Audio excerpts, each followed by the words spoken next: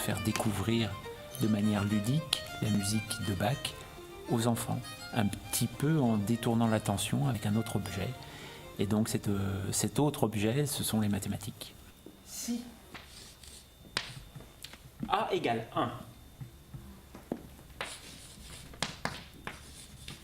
B égale 2, l'enjeu, c'est d'arriver à faire cohabiter ces deux mondes qui sont quand même assez différents. Le papier pour les additions, les multiplications, quelque chose de froid, et quelque chose de plus sensuel et chaud pour la musique.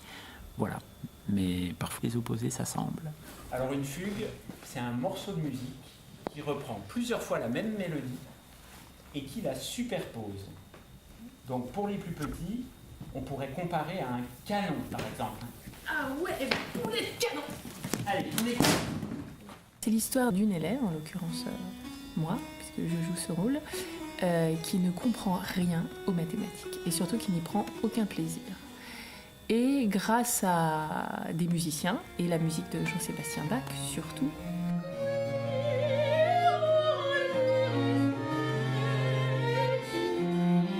elle va se mettre à rentrer dans ce monde qui n'est pas un monde si carré, mais au contraire fait de plein d'apports magiques. Donc il y a un peu son ami imaginaire qui apparaît, qui est Clément, un jongleur magnifique, et qui apporte ce lien pour comprendre les choses autrement que de manière didactique, rêver un petit peu.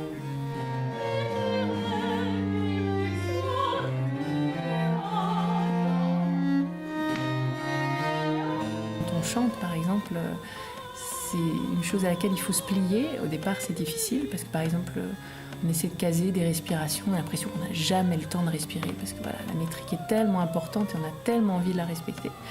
Et en fait, si on arrive vraiment à rentrer dans ce processus, on se rend compte qu'il n'y a rien de plus naturel. Il y a quelque chose de sacré dans cette musique, c'est une évidence. La musique de Bach, elle est tellement bien écrite qu'il y a une construction qui est de l'ordre des chiffres et des nombres.